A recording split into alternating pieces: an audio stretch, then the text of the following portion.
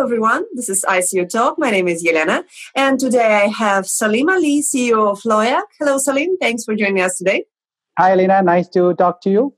Okay, so please, first of all, tell us about the project. What is it all about and what's the main idea behind it?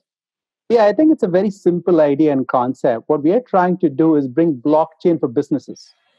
Today, businesses don't really use blockchain. So we are working on a project that truly allows businesses, enterprises to get value from using blockchain. How? And the idea there is any business engages with many other businesses when they do their novel job. They talk to many partners, many suppliers, many channel partners. Today, all of that engagement today happens on email and old school platforms, completely not secure, no provenance, no auditability. What we are saying is that if you engage with our platform, which is built on blockchain, you'll be able to completely secure all your communication between you and your partner outside your company. Intercompany interactions can be completely secure using blockchain. Mm-hmm. Okay. And, what kind of businesses can be, engaged in the project? That's a good point. So I'll give you two examples. Mm-hmm. So before I do that, let me give you a quick example how this idea came about, right? So we are an existing company that have product that people are buying today. Big customers like SAP, Abbott, Infosys are using our platform today. Last year, they came to us and said, listen, we love your platform, but we want to really use it to engage our partners, right? So we asked them, what are you trying to do? Well, we are sharing very important sales data with them. Mm-hmm. That data is worth millions of dollars. And our concern is that is going over email. We can't track what's happening. And we have no way of understanding, can that be forwarded to someone else? So I'll give you two examples. One of our biggest customers is a big software company. I won't name them. It's on our website. You can see who they are. Mm-hmm. They said, we have a big deal, a 40 million deal that they're working on, 40 million USD. Okay. And they want to share that deal information with 3 partners. One in Germany, one in Japan, and one in the US. Mm-hmm. And they only want these partners to see what they are supposed to see. They can't see everything because it's a very important deal. And they want to make sure that this information is not leaked once they share it with the partner. And today they're sending files back and forth on email. And what happened in the past is these files have leaked. This very important deal that has leaked. Now with blockchain, you can say it's one document, but you only see what you're supposed to see. And we know fully well who has what and how it can be tracked. That's one example. Mm-hmm. And the second one is a big car manufacturer, very big automotive manufacturer, one of the biggest in the world. They work with many, many design partners who do designs of the car, the automatic driving system, the new navigation, all of that, right? Okay.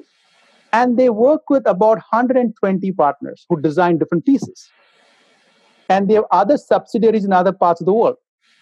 And he asked me, Salim, do you know how we share all this very important design data today? Email and file transfer, which is like from the 90s, right? Right, yeah. And he's saying our valuable IP is all these designs, which are 5 years looking out.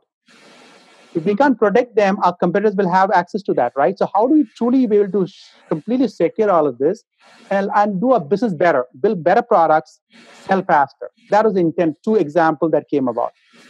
Mm-hmm. Okay. Again, what about actually your competitors on this market? Whom you consider to be your main competitors? And what are your key advantages actually over them? Yeah, the thing is, if you look at the blockchain broader space today, right?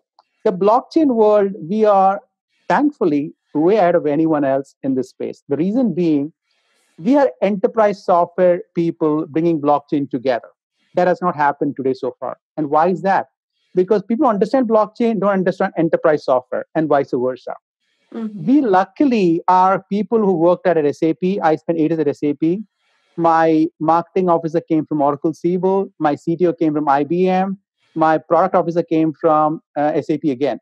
So we said, let's apply the enterprise software thinking to blockchain and create the next generation big enterprise software company.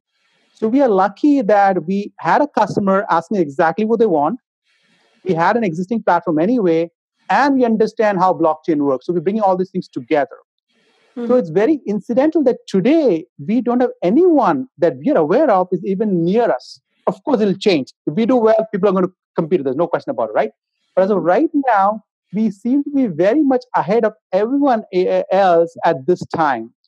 But longer term, people ask us, will company A buy you? Will company B acquire you? That may happen, right? We're not focused on that. We want to build the best product out there and make sure our customers use it. And once they start using it, good things can happen, right? Who knows? Sounds great. Okay. And what about the history of the project? Tell us a few words about it. When was it launched, actually? And what do you have actually today? What is the current stage of development of the project? Correct. So we launched version 1 of our product last year, which is the one that we've been selling to our customers who are paying us. Okay, the big multi-billion-dollar companies are paying us today, which is great. And now we're working since last year when the need came about, from about April, we started working on version 2. So we are building the platform now. We filed 2 blockchain patents in the US. We got some really good ideas. We patented that, right? We filed that. Working on the design right now. We already have put up a demo on GitHub of a relationship modeler. We have defined our token definition, also put up as well. We'll be releasing a new demo in the coming weeks. So we are well into the design phase. Patents have been filed, and we are coding the platform right now. We are lucky that we already have 500,000 lines of code already written because we had an existing platform, right? So for us to add on blockchain is a big task, but we are already 50% there or more because we already have a platform that we are selling today.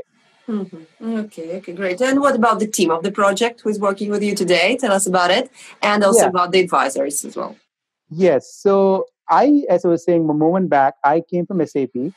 I was global vice president there, running a fairly large marketing organizations. My CMO, Rakesh, came from Oracle, Siebel, and VMware in very large companies. My CTO came from IBM. My product officer came also from SAP. So a lot of SAP people who understand. As you know, SAP is a $135 billion company. It's one of the largest companies in the world. On our advisory side, we have the CIO of Nissan from Japan. We have the ex-CMO and president of San Jose Sharks, Jonathan Becker. We have Patty, who's ex-CIO of McAfee. And we have Eric Razelman, who is the CIO of Zurich, one of the largest insurance companies on the world. So we have a very good advisory team on the industry side.